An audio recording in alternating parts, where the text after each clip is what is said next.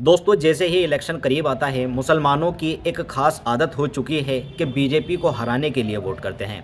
लेकिन होता क्या है कि बीजेपी हारती तो नहीं है, बल्कि बीजेपी मजबूती के साथ जीतती है। हर इलेक्शन में आजकल यही चीज़ सामने आ रही है। हाल ही में दिल्ली में हुए इलेक्शन में भी यही चीज़ हुई। बीजेपी को हराने के लिए मुसलमानों ने पूरी कोशिश की। एक तरफ़ा आम आदमी पार्टी को वोट दी, लेकिन नतीजा क्या हुआ? बीजेपी प्रचंड बहुमत के साथ सरकार बना चुकी है। जी हाँ दोस्तों, जिस भी इलेक्शन में मुसलमान ये चीज़ ठान लेते हैं कि बीजेपी को हराना है, उसी इलेक्शन में बीजेपी बड़ी तादाद में जीतती है।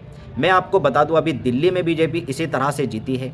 इससे पहले 2024 का जो इलेक्शन हुआ था, उसमें भी मुसलमानों ने एक तरफ़ा अपने कंधे पर ये बोझ डाल लिया था कि बीजेपी को हम हराएंगे। लेकिन हुआ क्या? बीजेपी सरकार बनाने में कामयाब हुई।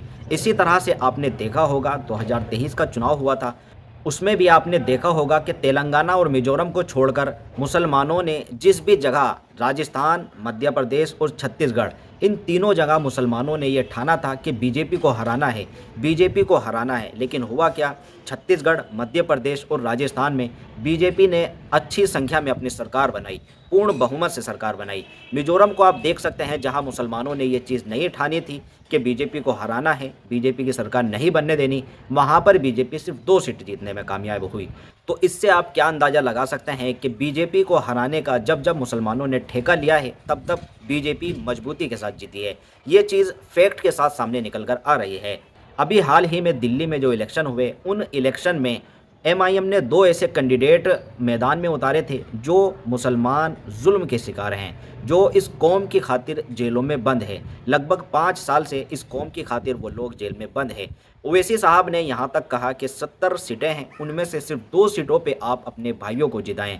उन भाइयों को जिताएं जो भाई इस कौम के लिए जेल में बंद है, इस कौम की आवाज़ उठाने के लिए जेल में बंद हैं। लेकिन मुसलमानों ने ठान क्या रखी थी कि बीजेपी को हराना है, और हमारे लिए कोई कितनी भी कुर्बानी दे, कोई कितनी भी जेल में सज़ा काटे, हमें इससे कोई मतलब नहीं है। क्योंकि शिफाउर रहमान और ताहिर हुसैन पर जो जुल्म हो रहे हैं, जो जुल्म हुए हैं, उसका नतीजा इस चुनाव में देखने को मिल गया।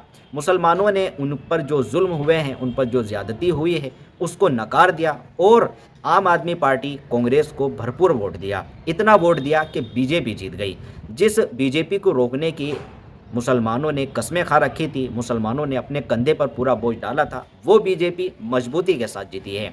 तो जिस भी इलेक्शन में मुसलमान ये सोच रहे हैं कि बीजेपी को वो हरा देंगे, तो ये उनके दिमाग का फितूर है। क्योंकि मीडिया और आरएसएस इस चीज़ को पहले ही सेट कर देती है कि मुस्लिम एरिया में आपको जाना है और इस चीज़ को दिखाना है कि बीजेपी आ जाएगी, ये डर उनके दिलों में बैठाना है। और आप लोग करते क्या हैं? होता क्या है कि उस डर में आप बीजेपी को हराने के लिए पूरी ताकत लगा देते हैं। हालांकि जब भी आप अपनी क़यादत को छोड़ेंगे, अपने लोगों को छोड़ेंगे, उन लोगों को जो लोग आपकी वजह से जेल में बंद हैं, तो आप बीजेपी को हरा नहीं सकते। बीजेपी को आप तभी हरा सकते हैं जब आप अपनी क़यादत बनाएं, जब आप उन लोगों को कामयाब करें जो आपके लिए जेल में बंद हैं, जो आपकी आवाज़ उठा रहे हैं। हालांकि दिल्ली के इलेक्शन में जो कुछ भी हुआ, वो बहुत ही दुख देने वाली बात थी। दिल्ली के इलेक्शन में 2 ऐसे कैंडिडेट थे, जो कैंडिडेट इस मौजूदा दौर में 5 साल से अपने परिवार से दूर हैं, अपने लोगों से दूर हैं। किस वजह से? मुसलमानों की आवाज़ उठाने की वजह से। और बदले में मुसलमानों ने उनको क्या दिया कि आप लोग हमारे लिए चाहे कुछ भी कर लीजिए, आप लोग हमारे लिए चाहे जितनी कुर्बानी दे लीजिए, आप लोग चाहे हमारे लिए कितनी ही जेल काट लीजिए, आप लोग हमारे लिए चाहे कितनी ही लाठी डंडे खा लीजिए, पुलिस से लाठी डंडे खाइए या कुछ भी कर लिए, इस कौम के लिए अगर आप कुछ भी करते हैं तो ये कौम उस चीज़ को नकार देगी। ये कौम सिर्फ बीजेपी को हराएगी। अगर आप कैंडिडेट बनकर मैदान में आते हैं तो इससे उस कौम को कोई भी मतलब नहीं है। इस कौम को सिर्फ मतलब है तो बीजेपी को हराने से। और हुआ क्या कि इस कौम की जो दिमाग में फितूर था बीजेपी को हराने का, वो शांत हो गया। बीजेपी ने सरकार बना ली और हुआ क्या? मुसलमानों ने जिन अपने 2 लोगों को हराया था, वो फिर से जेल में चले गए। तो कितनी बड़ी शर्मनाक बात है कि मुसलमानों ने उन लोगों को भी नकारा जो लोग इस कौम के लिए जेल में बंद हैं, जो लोग इस कौम के लिए जेल में बंद हैं, जो लोग इस कौम की खातिर डंडे खाए, लाठियाँ खाई, जो लोग इस कौम के लिए जुल्मों का शिकार हो रहे हैं, उनके परिवार जुल्मों का शिकार हो रहे हैं।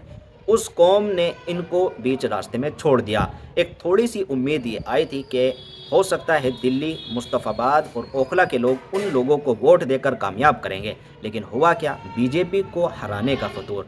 हो उम्मीद करता हूं कि बीजेपी को हराने का जो फितूर है वो दिल्ली के इलेक्शन में आपका शांत हो जाएगा और आप इस चीज़ को एनालिसिस करेंगे कि जब भी आपने बीजेपी को हराने की ठानी है, बीजेपी मजबूती के साथ जीती है, तो आप लोगों को ये चीज़ सोचनी पड़ेगी, दिमाग में डालनी पड़ेगी कि आप लोग बीजेपी को नहीं हरा सकते। तो इसलिए आप लोग बीजेपी को हराने का ठेका ना लें, अपनी क़यादत बनाएं, अपने लोगों को जिताएं, अपनी पार्टी बनाएं, अपनी पावर बनाएं।